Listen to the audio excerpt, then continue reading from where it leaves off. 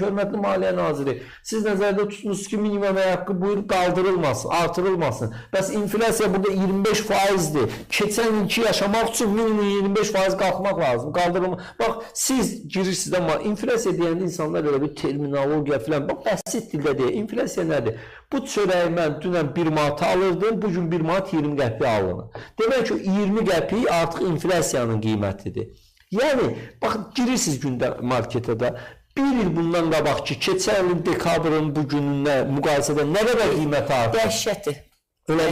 İndi yaxşı, mən keçən ilki kimi hələ irəlini qoyuram qırağa, yaxşı dolanmağı qoydum qırağa.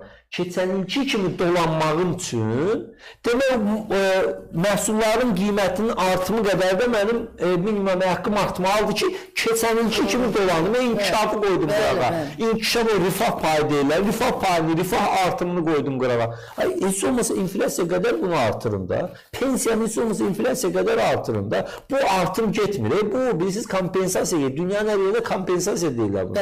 Dünən elə o istehlak zəmbilində 15 manat dedildi. Artan 15 manat. Heç olmasa 15 manata artır. Sən pensiyadan, nə bilim, minimum əmək haqqından, nədən, bunları artır da qardaş. Sən əksinə, baxın, inflyasiyanı nəzərə almırsan, üstəlik də keçən tutmadığın vergini bu il də tutursan, demək biz keçən ilkindən 2 qat pis yaşayacağıq. Düzdür, məsələn, qiymətlərə keçən 400 manat aldığımızı bu gün artıq 450 alacağıq, 50 manat buradan ziyanı, üstə gəldə vergi 50 manat, 100 manat. Yəni bizim 400 manatımız, keçən il aldığımız 400 manat, elə bilin ki 300 manat oldu. Biz keçən 300 manatla dolanmış kimi dolanacağıq.